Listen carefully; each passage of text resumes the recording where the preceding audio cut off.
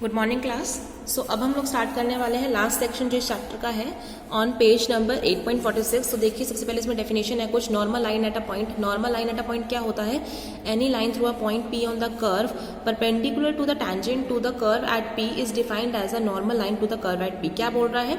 किसी भी कर्व के किसी पॉइंट पी के पास अगर किसी पॉइंट पी के अलॉन्ग अगर आपने टैंजेंट ड्रॉ कर दिया तो उस टैंजेंट के परपेंडिकुलर जो लाइन आप ड्रॉ करोगे उसको क्या बोलते हैं? Normal line at a point. ठीक है, उसके बाद हमने कल ये पढ़े थे नॉर्मल प्लेन की इक्वेशन दो टाइप से थी, आर माइनस आर का dot product with R dash equal to 0, या फिर आप आर डैश को किससे रिप्लेस कर सकते थे? आर डॉट से भी, है ना। डिपेंड करता था कि आर अगर एस का फंक्शन है तो ये आर डैश किसको डिनोट करता था? D R upon D S. लेकिन अगर आर आपका किसका फंक्शन होता था? टी का, तो आप आर डॉट निकाल देते जो कि क्या होता था? D R upon D T, है ना। ये कर रखे हैं हम लोगों ने। उसके बाद हमारे पास दो टाइप के स्पेशल नॉर्मल्स होते हैं, principal normal and by normal.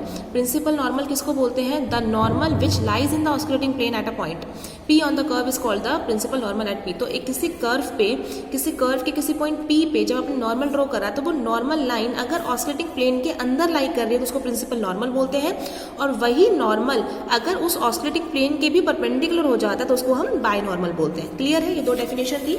उसके बाद हमारे पास फंडामेंटल यूनिट वेक्टर्स, ठीक है, एंड फंडामेंटल यूनिट प्लेन्स। ठीक है, फंडामेंटल यूनिट वेक्टर्स देखो हमारे पास तीन फंडामेंटल यूनिट वेक्टर्स हैं। पहला यूनिट वेक्टर जो टैंजेंट लाइन के अलोंग होता है उसको हम टी कैप से डिनोट करते हैं। यूनिट वेक्टर जो कि प्रिंसिपल नॉर्मल के अलोंग होता है उसको हम एन कैप से डिनोट करते हैं, और यूनिट वेक्टर जो बाय नॉर्मल के अलोंग होता है उसको हम बी कैप से डिनोट करते हैं। ठीक है, और ये T cap, N cap, B cap तीनों क्या है? आपस में परपेंडिकुलर, लाइक दिस। ठीक है, और अगर तीनों वेक्टर आपस में परपेंडिकुलर है मतलब इनका डॉट प्रोडक्ट आपस में क्या होगा? जीरो। मतलब टी का डॉट प्रोडक्ट एन कैप के साथ जीरो, एन का बी के साथ जीरो, और बी का डॉट प्रोडक्ट टी के साथ जीरो। और क्रॉस प्रोडक्ट क्या होते हैं? टी क्रॉस एन क्या होगा? बी। एन क्रॉस बी क्या होगा? T cap. और बी क्रॉस टी क्या होगा? N cap. क्लियर है ये डॉट प्रोडक्ट और क्रॉस प्रोडक्ट। उसके बाद हमारे पास कुछ फंडामेंटल प्लेन्स हैं। इन्हीं तीनों देखो अब ये कर्व ड्रॉ कर रखा है ये, ठीक है, कार्टेशियन प्लेन, जिसमें ये वाला जो है, क्योंकि मैंने अभी आपको बताया T cap, N cap, B cap. T cap क्या था? टैंजेंट के along unit vector, N cap था प्रिंसिपल नॉर्मल के अलोंग, और बी कैप था बाय नॉर्मल के अलोंग। ये तीन आपस में परपेंडिकुलर है तो ये ड्रॉ कर दिया। और एक ये क्या करा है? कर्व ड्रॉ कर रखा है। कर्व के अलोंग ये पॉइंट क्या है? पी। पी के अलोंग ये क्या है? उसका टैंजेंट के अलोंग यूनिट वेक्टर, ये है उसका प्रिंसिपल नॉर्मल, और ये है उसका बाय नॉर्मल। अब इस फिगर के थ्रू तीन टाइप के प्लेन डिफाइन करे हैं, osculating plane, normal plane and rectifying plane. Osculating plane का है, ऑस्कुलेटिंग प्लेन वो प्लेन है the plane through the tangent and principal normal. तो टैंजेंट एंड प्रिंसिपल नॉर्मल ये, तो मतलब टैंजेंट प्रिंसिपल नॉर्मल के अलॉन्ग ये जो प्लेन पास कर रहा है इसको हम क्या बोलते हैं? Osculating plane. Similarly normal plane क्या है? वो प्लेन जो किसके थ्रू पास हो रहा है? Principal normal and binormal to the curve. Principal normal कौन सा है? ये, और बाय नॉर्मल ये है, तो इनके अलॉन्ग ये वाला जो प्लेन है ये किसको रिप्रेजेंट कर रहा है? आपके नॉर्मल प्लेन को। सिमिलरली लास्ट है रेक्टिफाइंग प्लेन जो कि किससे मिलकर बनता है? बाय नॉर्मल और टेंजेंट के अलॉन्ग। ये प्लेन कौन सा है? आपका रेक्टिफाइंग प्लेन। ठीक है, तो ये कुछ डेफिनेशंस है। उसके बाद इनकी इक्वेशंस है इसी टाइप से। तो यहां से इनकी इक्वेशन क्या निकल के आती है? ऑस्कुलेटिंग प्लेन की इक्वेशन क्या है? आर माइनस आर का dot product with B cap equal to 0। B cap क्या है? Binormal. ठीक है, अब देखो उल्टा है, जैसे ऑस्कुलेटिंग प्लेन किसके थ्रू पास कर रहा था? प्रिंसिपल नॉर्मल और टेंजेंट ना, बचा क्या? By normal. तो ऑस्कुलेटिंग प्लेन की इक्वेशन क्या है? आर माइनस आर का dot product with B cap equal to 0। Similarly आपका जो नॉर्मल प्लेन था वो एन कैप और बी कैप से पास कर रहा था, तो इसकी इक्वेशन क्या मिलेगी? आर माइनस आर का dot product with P cap equal to 0। Similarly equation of rectifying plane क्या है? आर माइनस आर का dot product with N cap equal to 0। Clear है? कुछ इक्वेशन थी। उसके बाद डायरेक्शन रेशियोज निकाले हमने प्रिंसिपल नॉर्मल और बाय नॉर्मल के। अब देखिए डायरेक्शन रेशियोज ऑफ बायनॉर्मल निकाल रहे हैं सबसे पहले, क्योंकि बायनॉर्मल जो था, बायनॉर्मल क्या था? परपेंडिकुलर था किसके? ऑस्कुलेटिंग प्लेन के। और जो आपका ऑस्कुलेटिंग प्लेन होता है ना वो किसके परपेंडिकुलर होता है? इस वेक्टर के, R dot cross product with R double dot, है ना। हमारा ऑस्कुलेटिंग प्लेन देखो किसके परपेंडिकुलर है? आर डॉट का cross product with R double dot. ठीक है, और बायनॉर्मल किसके परपेंडिकुलर था? ऑस्कुलेटिंग प्लेन के परपेंडिकुलर था। ठीक है, तो अब बायनॉर्मल भी ऑस्कुलेटिंग प्लेन के परपेंडिकुलर है, और ऑस्कुलेटिंग प्लेन खुद किसके परपेंडिकुलर है? आर डॉट का cross product with R double dot. तो ये दोनों वेक्टर बायनॉर्मल और ये जो R dot cross R double dot है ये आपस में क्या हो जाएंगे? पैरेलल। तो पैरेलल जब भी कोई दो वेक्टर होते हैं ना तो उनके डायरेक्शन रेशियोज क्या होते हैं आपस में इक्वल। तो मैं इसके डायरेक्शन रेशियोज निकाल दूंगी किसके, आर डॉट का cross product with R double dot, और जो डायरेक्शन रेशियोज इसके होंगे वही मेरे बाइनॉर्मल के भी डायरेक्शन रेशियोज होंगे। ठीक है, अब मैं इसको सॉल्व करूंगी, आर डॉट का cross product with R double dot, उसके लिए पहले मैं आर डिफाइन करूंगी। आर मेरा कर्व है, आर हम कैसे डिफाइन करते हैं, X I cap plus Y J cap plus Z K cap. ठीक है, अब मैं सबसे पहले आर डॉट निकालूंगी। आर डॉट मतलब इस पूरे का टी के रिस्पेक्ट में डेरिवेटिव करोगे तो क्या बन जाएगा, D X upon D T, मतलब X dot I cap plus Y dot J cap plus Z dot K cap. Similarly R double dot कैसे आएगा, जो आपने आर डॉट निकाला है मतलब आर का जो डेरिवेटिव कर चुके हो टी के रिस्पेक्ट में, उसको फिर से टी के रिस्पेक्ट में करो तो ये क्या बन जाएगा, एक्स डॉट का फिर से टी के रिस्पेक्ट में करोगे तो वो D square x by D T square बन जाएगा, मतलब एक्स डबल डॉट। सिमिलरली क्या बन जाएगा, वाई डबल डॉट, ये क्या बन जाएगा, जेड डबल डॉट। अब ये आपका आर डॉट आ गया, ये आपका आर डबल डॉट आ गया। आपको निकालना क्या था, आर डॉट का cross product with R double dot. Cross product कैसे करते हैं आप लोग, आई जे के ऊपर लिखते हैं। सबसे पहले इसके सारे कोफिशिएंट, आई का कोफिशिएंट क्या है इसका, X dot Y dot Z dot, इसके क्या है X double dot Y double dot and Z double dot. फिर आपको डिटर्मिनेंट की तरफ खोलना आता है ना, सबसे पहले आई कैपेसिटीज आ जाएगा, फिर क्या आएगा Y dot into Z double dot minus Y double dot into Z dot, फिर माइनस होता था यहाँ पे। ठीक है, माइनस जे कैप करते थे तो क्या आएगा, x dot Z double dot minus X double dot Z dot, फिर उसे रिवर्स कर दिया माइनस कॉमन लेके तो इसलिए ये बन गया। Similarly last plus K cap क्या हो जाएगा, this into this minus this into this. अब ये क्या आए हैं, R dot cross R double dot के जो आई कैप जे कैप और के कैप के कोफिशिएंट है, इनको हम क्या बोलते हैं, डायरेक्शन रेशियोज। तो डायरेक्शन रेशियोज आपके R dot cross R double dot के मिल गए ना, और क्योंकि बाइनॉर्मल इसके क्या था, पैरेलल, इसका मतलब बाइनॉर्मल जो आपका लाइन है उसके भी क्या है, यही डायरेक्शन रेशियोज है, that is Y dot Z double dot minus Y double dot Z dot comma Z dot X double dot minus Z double dot X dot comma X dot Y double dot minus X double dot Y dot. Clear है, तो ये हमने कर दिया direction ratios of बाइनॉर्मल। अब हम कर रहे हैं direction ratios of principal normal. अब प्रिंसिपल नॉर्मल के देखो डायरेक्शन रेशियोज कैसे निकालोगे, सिंस जो आपका प्रिंसिपल नॉर्मल होता है वो परपेंडिकुलर होता था किसके, टेंजेंट के भी और बाइनॉर्मल के भी। ठीक है, देयरफॉर ये किसके पैरेलल हो जाएगा, इस बार देखो टेंजेंट और बाइनॉर्मल के वो क्या है, परपेंडिकुलर है। ठीक है, तो दोनों के परपेंडिकुलर मतलब कि इन दोनों के टेंजेंट के और बाइनॉर्मल के क्रॉस प्रोडक्ट के वो क्या हो जाएगा, पैरेलल हो जाएगा। कौन, आपका प्रिंसिपल नॉर्मल। और आपका टेंजेंट और बाइनॉर्मल का क्रॉस प्रोडक्ट क्या आएगा, टेंजेंट क्या है, आर डॉट का क्रॉस प्रोडक्ट विद बाइनॉर्मल क्या है, आर डॉट का cross product with R double dot. ठीक है, तो ये जो आपका वेक्टर है, ये जो आप क्रॉस प्रोडक्ट निकालोगे इसके पैरेलल कौन है, आपका प्रिंसिपल नॉर्मल। अभी हमने आर डॉट का cross product with R double dot तो पीछे किया है ना, ये आया था, वो लिख दो। और आर डॉट क्या था, X dot Y dot Z dot. अब मुझे इन दोनों का क्या करना है, इसका और इसका क्रॉस प्रोडक्ट करना है। वो कैसे आएगा, आई जे के और आर डॉट के क्या है coefficient, X dot Y dot Z dot, और R dot cross R double dot के कोफिशिएंट क्या आए थे, Y dot Z double dot minus Y double dot Z dot, है ना, आई कैप के नीचे। सिमिलरली ये जे कैप के नीचे और ये के कैप के नीचे। ठीक है, आपको डिटर्मिनेंट खोलना है, ओपन करना है, तो ये जो तीन कोफिशिएंट आ जाएंगे आई जे के वो क्या हो जाएंगे, आपके direction ratios of principal normal. Clear है।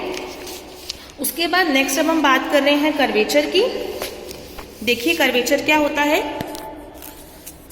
The curvature of a curve at a point P is defined as the arc rate of rotating of the tangent. वो क्या बोल रहा है, किसी भी आपने क्या लिया, एक कर्व लिया, उस कर्व के ऊपर कर्वेचर क्या होता है, किसी भी पॉइंट P पे arc rate of rotation. Arc rate of rotation मतलब कितने एंगल से आपने उसको रोटेट किया है। ठीक है, इसमें देखो थोड़ा सा डिफाइन कर लो, ये आपका पॉइंट P है। ठीक है, पॉइंट P ये आपकी पूरी आर्क है। AP आर्क मैंने कितनी लेंथ की मानी है, S की, और पूरी AQ किसकी मानी है, S प्लस डेल S की। तो आपका PQ कितना बच गया, डेल S बच गया। ठीक है, और ये क्या है, आपका टेंजेंट है P के अलोंग ये लाइन, और ये क्या है, टेंजेंट अलोंग Q, ये Q पॉइंट पे टेंजेंट है। तो इनके बीच का जो एंगल उसको डेल थीटा बोल रहे हैं, यही क्या है, arc rate of this curve. ठीक है, तो वो क्या बोलता है, कर्वेचर अब कैसे डिफाइन होता है, rate of arc. Rate of arc का मतलब कि कितने एंगल से मेरी आर्क क्या हुई है, शिफ्ट हुई है। तो ये आर्क कितनी है, इतनी, डेल S, और ऊपर क्या आएगा, कितने एंगल से शिफ्ट हुआ। वो आप एंगल कैसे निकालते हो, दोनों जो पॉइंट है जिसके बीच में आपने आर्क ली है उनके अलोंग क्या लगाओ, टेंजेंट बनाओ। वो टेंजेंट्स कितने एंगल के बीच में है, वो क्या है, उनका आर्क रेट। तो क्या हो जाएगा आपका कर्वेचर कैसे डिफाइन होता है, D theta upon D S करके। डी थीटा मतलब del theta upon del S है। डेल थीटा क्या है, ये एंगल, और डेल एस क्या है, आर्क की लेंथ। फिर जब आप लिमिट लेके चलोगे कि क्यू जैसे जैसे पी के पास आएगा तो वो डेल किसको अप्रोच कर जाएगा, हमारे डी को। तो हमारा आर्क रेट कर्वेचर क्या होता है, arc rate of rotation of the tangent, जिसको हम किससे डिफाइन करते हैं, D theta upon D S. D theta upon D S को हम किसके इक्वल रखते हैं, के क्या है, कप्पा, ठीक है, कप्पा क्या है आपका, मैग्नीट्यूड ऑफ कर्वेचर, और के का रेसिप्रोकल जिसको हम किससे डिफाइन करते हैं, रो से, ये क्या है आपकी रेडियस ऑफ कर्वेचर। तो आपको फॉर्मूला याद हो गया, तो के का फॉर्मूला क्या है, D theta upon D S. D theta where क्या है कि जो आपकी आर्क है, उन आर्क के दोनों एंड पॉइंट्स जो हमने टेंजेंट बनाए हैं उनके बीच में कितना एंगल है, और डिवाइड बाय उस आर्क की लेंथ। क्लियर है, तो k is equal to D theta upon D S, and rho क्या है उसका उल्टा, दैट इज 1/k, जो उसको हम क्या बोलते हैं, रेडियस ऑफ कर्वेचर। अब हम k के लिए क्या निकालना चाह रहे हैं, एक्सप्रेशन निकालना चाह रहे हैं, वैल्यू निकालना चाह रहे हैं। तो वो देखिए कैसे कर रहे हैं हम लोग। तो सबसे पहले देखिए कर्व समझिए, एक सेकेंड, क्या बोल रहा है, let P and Q be two given points on a curve such that length of arc measured from a fixed point F to P and Q are S and S plus del S respectively. Length of R क्या हो गई, PQ के along del S. Let T cap and T plus del T denote the unit vector along the tangents at P and Q. And del theta be the angle between the tangent vectors P and Q. Let Q and Q be represent the unit vector along the tangent P and Q. क्या बोल रहा है, देखो एक curve लेने के लिए बोल रहा है, कर्व पे ये दो पॉइंट लिए हैं P और Q, और एक ये स्टार्टिंग पॉइंट है F। इस F पॉइंट से आपने P की लेंथ मेजर करी, FP क्या है S, और F से इस Q पॉइंट की लेंथ कितनी है, S प्लस डेल S। तो P की लेंथ कितनी बची, R की, डेल S बची, और फिर ये P के अलॉन्ग ये क्या है, टेंजेंट वेक्टर T कैप, और Q के अलॉन्ग क्या है, T plus del T cap क्या है, यूनिट टेंजेंट वेक्टर। क्लियर है, और इन दोनों वेक्टर के बीच का लेंथ कितना है, इन दोनों के बीच का एंगल कितना है, डेल थीटा है, ठीक है। उसके बाद QA क्या है, देखो QA इसी के पैरेलल एक टेंजेंट वेक्टर है ना, ये देखो P के अलॉन्ग ये टेंजेंट वेक्टर आया था, इसी के पैरेलल इस Q पॉइंट पे एक पैरेलल टेंजेंट वेक्टर बताया है, वो भी कितना है, T कैप है। और ये क्या था हमारा QB, Q के अलॉन्ग जो टेंजेंट वेक्टर था वो हमने क्या लिया था, T प्लस डेल T। तो अगर ये एंगल डेल थीटा था T कैप और T प्लस डेल T में, तो ये भी तो T कैप ही है ना, और ये भी T प्लस डेल T, तो इनके बीच का एंगल भी क्या होगा, डेल थीटा। और वेयर ये जो QA और QB है ये यूनिट वेक्टर थे, तो इनका मैग्नीट्यूड कितना है, 1 के इक्वल है, ठीक है। ये QA और QB क्या है, टेंजेंट वेक्टर है अलॉन्ग, यूनिट टेंजेंट वेक्टर है along P and Q। Clear है, उसके बाद अब QA का मैग्नीट्यूड भी 1 है, QB का मैग्नीट्यूड भी 1 है।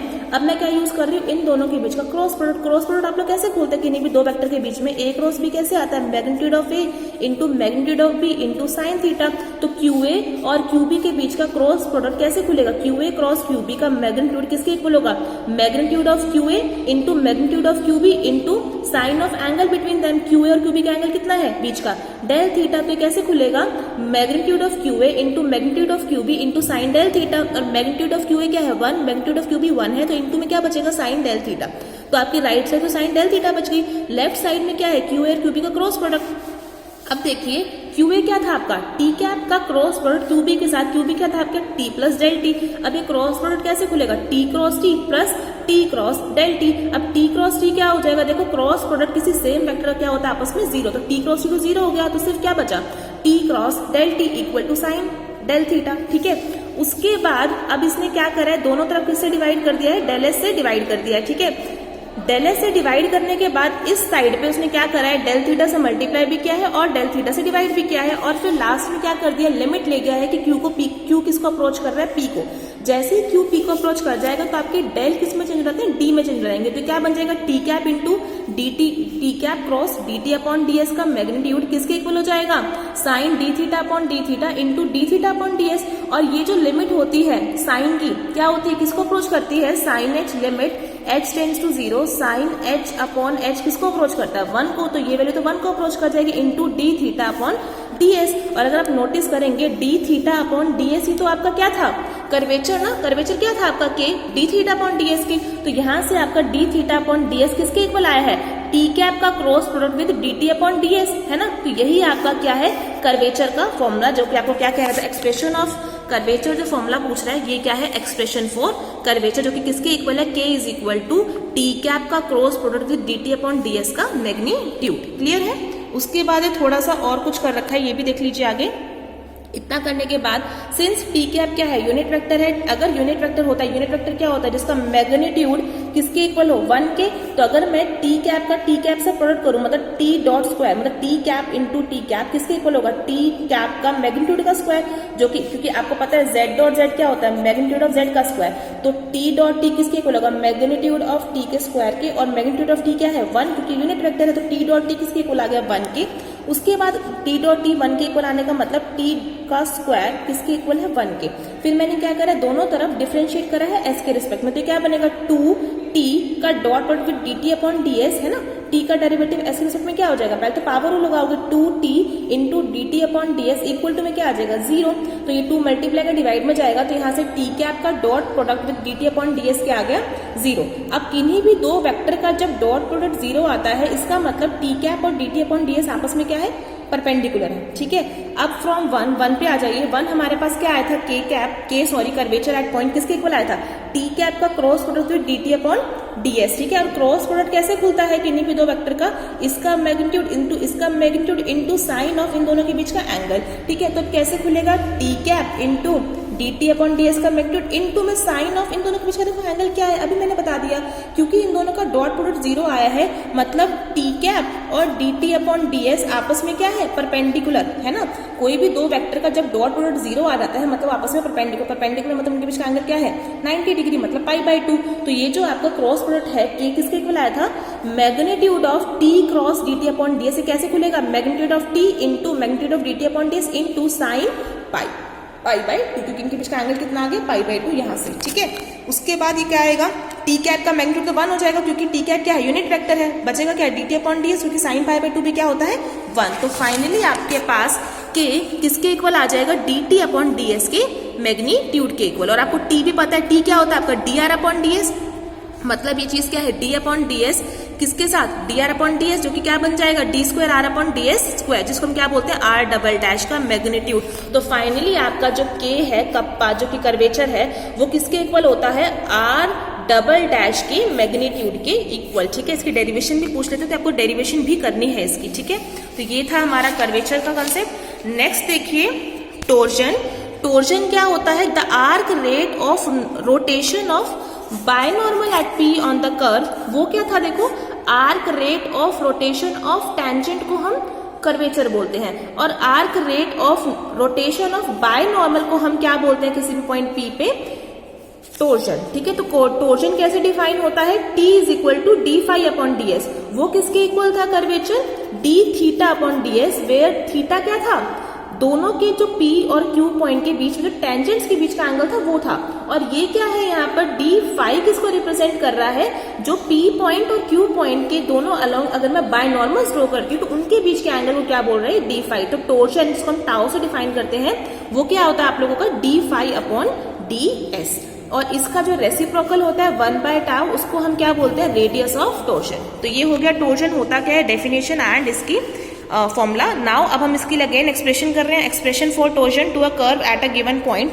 तो फिर से देखिए सबसे पहले कर्व ड्रॉ करा है उसने P और Q, let P and Q be two given points on the curve such that length of arc, फिर से किसी F पॉइंट से P की आर्क उसने S बोली है और इस Q पॉइंट की इस F पॉइंट से आर्क क्या बोली है, S प्लस डेल एस, मतलब P Q कितना हो गया आपका डेल एस। उसके बाद फिर से B कैप और B प्लस डेल P दो क्या बनाए हैं इसने, यूनिट बायनॉर्मल बनाए हैं P और Q पे। P पे जो यूनिट बायनॉर्मल वेक्टर है वो क्या है B कैप, और Q पे क्या है ये रहा binormal vector B plus del B cap, ठीक है। फिर से बी कैप के अलोंग ये एक पैरेलल बिल्कुल Q पॉइंट पे दोनों सजा दी इसने, है ना। P के अलोंग जो बायनॉर्मल था वो बी कैप था, अब इसी के पैरेलल एक यूनिट वेक्टर QA बनाया है, ये बी कैप है तो ये भी बी कैप है, और QB कितना था B प्लस डेल बी। इस बी कैप और B प्लस डेल बी के बीच का एंगल क्या बोल रहा है वो डेल फाई। फिर से क्या करोगे, देखो QA भी क्या है मैग्नीट्यूड 1 का है, QB भी क्या है मैग्नीट्यूड 1 का है। फिर से QA क्रॉस QB जैसे कि हमने सेम अभी कर्वेचर के लिए किया था बिल्कुल सेम वैसे जाना है, बस इस बार QA क्या है आपका B कैप और QB क्या है B प्लस डेल बी, ठीक है। तो फिर से हमने क्या करा, let QA and QB represent the vector along the binormal at P and Q। तो QA का मैग्नीट्यूड भी 1 है, QB का भी मैग्नीट्यूड 1 है, वेयर QA खुद क्या है B कैप और QB क्या है B प्लस डेल बी, ठीक है। फिर मैं क्या निकालूंगी, क्रॉस प्रोडक्ट इन दोनों के बीच में, तो फिर से क्रॉस प्रोडक्ट का फॉर्मूला लगा दीजिए, QA क्रॉस QB का मैग्नीट्यूड किसके इक्वल होगा, QA का मैग्नीट्यूड इंटू QB का मैग्नीट्यूड इंटू साइन इन दोनों के बीच का एंगल क्या था Q और QB का डेल फाई, क्लियर है। तो क्यू ए क्या है आपका, बी कैप का cross product with Q B क्या है, बी प्लस डेल बी का cross product is equal to Q A क्या मैग्नीट्यूड कितना है 1 इंटू साइन डेल फाई, जो कि क्या बचेगा sine del phi. Cross product खोलिए, यह बनेगा बी क्रॉस बी क्या हो जाएगा 0। अभी बताया था किसी सेम यूनिट वेक्टर का किसी सेम यूनिट वेक्टर के साथ क्रॉस प्रोडक्ट क्या हो जाता है 0। तो क्या बचेगा सिर्फ B cross del B is equal to sine del phi. फिर से दोनों तरफ से डेल एस से क्या कर दिया है डिवाइड, और इस साइड डेल फाई से मल्टीप्लाई और डेल फाई से डिवाइड भी। लास्ट में क्या करते हैं आप लोग, लिमिट लेके चलते हैं, क्यू अप्रोच कर रहा है पी को। जैसे ही लिमिट लेके चलोगे तो ये सारे डेल किस में चले जाएंगे डी में, और sine D phi upon D phi क्या बन जाएगा 1। तो राइट साइड में क्या से बचेगा सिर्फ D phi upon D S, और यही D phi upon D S आपका क्या था टोर्जन। तो टाउ किसके इक्वल आया है B cross D B upon D S. ठीक है, फिर से सेम स्टेप करें, क्योंकि बी कैप का आपका यूनिट वेक्टर है तो बी कैप का स्क्वायर किसके इक्वल होगा, मैग्नीट्यूड ऑफ बी कैप के स्क्वायर के, जो कि 1 के इक्वल होगा। बी स्क्वायर मतलब B dot B is equal to 1। फिर से इस चीज का उसने क्या करा है, डिफरेंशिएट करा है विद रिस्पेक्ट टू एस। तो क्या हो जाएगा 2b into D B upon D S equal to 0। तो यहां से ये 2 मल्टीप्लाई का डिवाइड में जाएगा, तो आपके पास क्या आएगा B dot D B upon D S is equal to 0। तो दो वेक्टर का फिर से डॉट प्रोडक्ट 0 आया है, मतलब बी का dot product dB upon DS के साथ 0 आने का मतलब क्या है, बी वेक्टर और डीबी अपॉन डीएस वेक्टर आपस में क्या है परपेंडिकुलर है मतलब इन दोनों के बीच का एंगल कितना है, फिर से 90 मतलब π/2। तो फिर से अब जो आपका टाउ निकल के आया था B cross D B upon D S, फिर से क्रॉस प्रोडक्ट खोलेंगे तो क्या बन जाएगा, बी कैप का magnitude into D B upon D S का मैग्नीट्यूड इंटू साइन एंगल के दोनों के बीच में फिर से π/2। क्लियर है, साइन π/2 भी 1 ये भी 1। तो आपका टोर्जन टाउ किसके इक्वल आया है, डीबी अपॉन डीएस के मैग्नीट्यूड के इक्वल। तो ये था आप लोगों का टोर्जन के लिए एक्सप्रेशन। क्लियर है, तो ये 2 फटाफट एक्सप्रेशन कीजिए, आगे भी करना है, नेक्स्ट सेक्शन में करते हैं।